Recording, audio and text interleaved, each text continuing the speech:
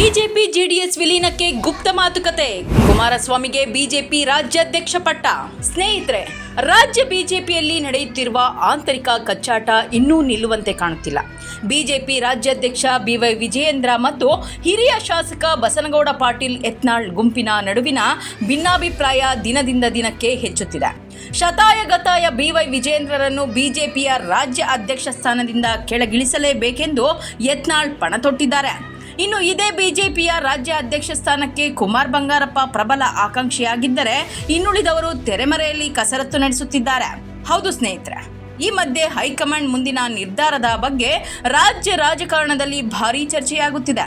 ಬಣ ರಾಜಕಾರಣದ ಮೂಲಕ ಪಕ್ಷದಲ್ಲಿ ಅಶಿಸ್ತಿಗೆ ಕಾರಣವಾಗಿರುವ ರಾಜ್ಯ ನಾಯಕರಿಗೆ ಪಾಠ ಕಲಿಸುವ ನಿಟ್ಟಿನಲ್ಲಿ ಬಿಜೆಪಿ ಹೈಕಮಾಂಡ್ ಆಘಾತಕಾರಿ ಪ್ರಯೋಗಕ್ಕೆ ಮುಂದಾಗಿರುವ ಬಗ್ಗೆ ಸುದ್ದಿಗಳು ಕೇಳಿಬರುತ್ತಿವೆ.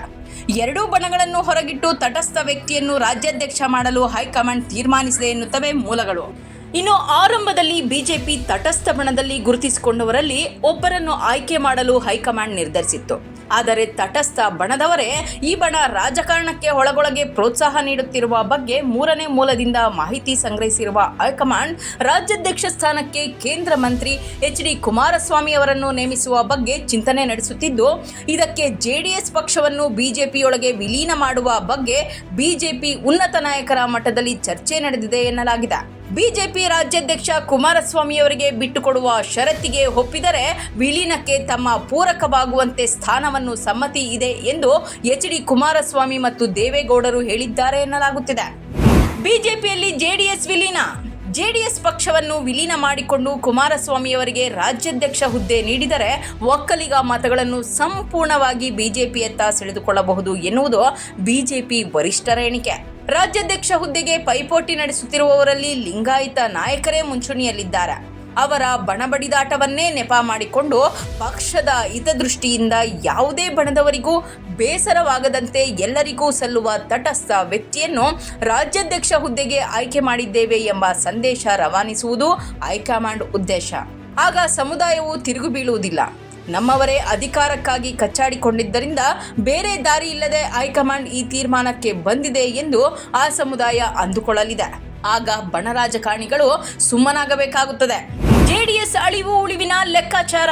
ಉಪಚುನಾವಣೆಯ ಸೋಲಿನ ನಂತರ ಜೆಡಿಎಸ್ ಪಕ್ಷದೊಳಗೆ ಭಿನ್ನಮತ ಉಲ್ಬಣಿಸುತ್ತೆ.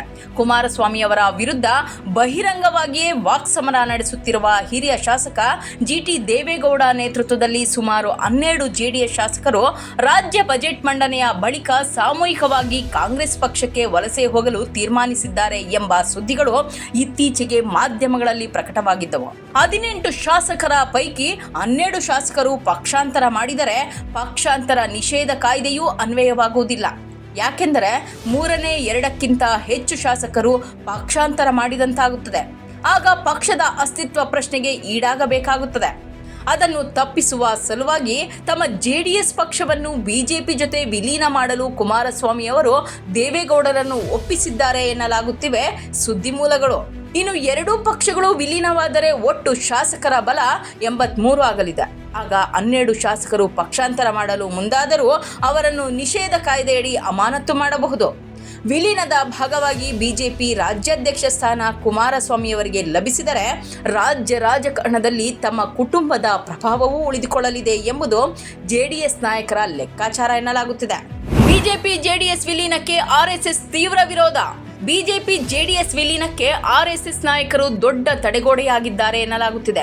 ಅಪ್ಪ ಮಕ್ಕಳ ನಿಷ್ಠೆಯ ಬಗ್ಗೆ ಅನುಮಾನ ವ್ಯಕ್ತಪಡಿಸಿರುವ ಆರ್ಎಸ್ಎಸ್ ನಾಯಕರು ಈ ವಿಲೀನದಿಂದ ಬಿಜೆಪಿಗೆ ಅನುಕೂಲ ಆಗುವುದಕ್ಕಿಂತ ಮುಂದಿನ ದಿನಗಳಲ್ಲಿ ಹಿನ್ನಡೆಯಾಗುವ ಸಾಧ್ಯತೆಯನ್ನು ತಳ್ಳಿಹಾಕುವಂತಿಲ್ಲ ಎಂಬ ಎಚ್ಚರಿಕೆ ನೀಡಿದ್ದಾರಂತೆ. ಅಲ್ಲದೆ ಜೆಡಿಎಸ್ ಸ್ವತಂತ್ರ ಪಕ್ಷವಾಗಿ ಇದ್ದಷ್ಟು ಜಾತ್ಯತೀತ ಮತಗಳನ್ನು ಒಡೆಯಲು ಅನುಕೂಲವಾಗುತ್ತದೆ ಎಂಬುದು ಆರ್ಎಸ್ಎಸ್ ನಾಯಕರ ಅಭಿಮತ. ಇನ್ನು ರಾಜ್ಯದಲ್ಲಿ ಪ್ರಹ್ಲಾದ್ ಜೋಶಿ ಮತ್ತು ಬಿಎಲ್ ಸಂತೋಷ್ ಅವರನ್ನು ಮುಂಚೂಣಿಗೆ ತರುವಲ್ಲಿ ಆಸಕ್ತಿ ಇರುವುದು ಕೂಡ ಆರ್ಎಸ್ಎಸ್ ನಾಯಕರ ಈ ನಿಲುವಿಗೆ ಕಾರಣ ಎನ್ನಲಾಗುತ್ತಿದೆ. ಆದರೆ ರಾಜ್ಯ ಬಿಜೆಪಿಯಲ್ಲಿ ಉಲ್ಬಣಿಸಿರುವ ಬಣ ಪರಿಹಾರ ರಾಜಕಾರಣಕ್ಕೆ ಇದಕ್ಕಿಂತ ಉತ್ತಮ ಪ್ರಸ್ತಾಪ ಆರ್ಎಸ್ಎಸ್ ನಾಯಕರ ಬಳಿಯೂ ಇಲ್ಲದಿರುವುದರಿಂದ ಬಿಜೆಪಿ ಹೈಕಮಾಂಡ್ ನಾಯಕರು ಅವರನ್ನು ಒಪ್ಪಿಸುವ ವಿಶ್ವಾಸದಲ್ಲಿದ್ದಾರೆ ಎನ್ನಲಾಗುತ್ತಿದೆ.